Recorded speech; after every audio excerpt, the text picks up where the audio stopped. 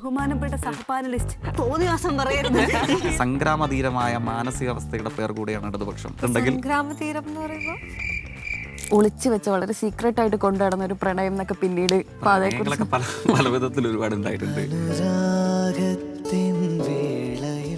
അതൊന്ന് വിശദീകരിക്കാമോ? വിശദീകരിച്ച് എന്നെ കുഴപ്പത്തിലാക്കാനല്ലേ?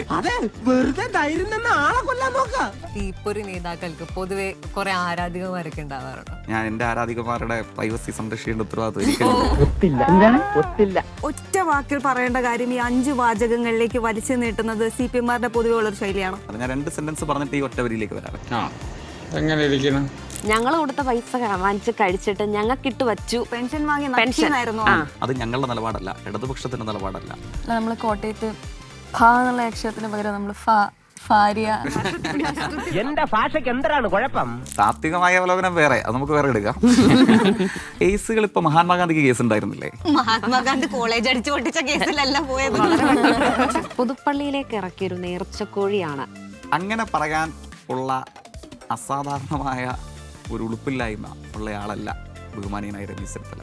കുടുംബാധിപത്യവും അല്ലെങ്കിൽ തറവാട്ട് മഹിമയും മുത്തശ്ശന്മാർ കാരണവന്മാർ വഴിയുള്ള തായ് വഴി ബന്ധവും പറഞ്ഞിട്ടല്ല, നല്ല രാഷ്ട്രീയം ചർച്ച ചെയ്തപ്പോൾ പുതുപ്പള്ളിയിൽ കോൺഗ്രസിന് അനിതര സാധാരണ ഭൂരിപക്ഷമുള്ള സ്ഥലത്തെ ജനവിധി ഇതായിരുന്നു. കിട്ടിയാ? ഇല്ല, ചോദിച്ചു വാങ്ങിച്ചു. കൊല്ലപ്പരീക്ഷ എത്താറായി സുരാവേ, കൊല്ലം മുഴുക്ക ജയിലിനാണോ?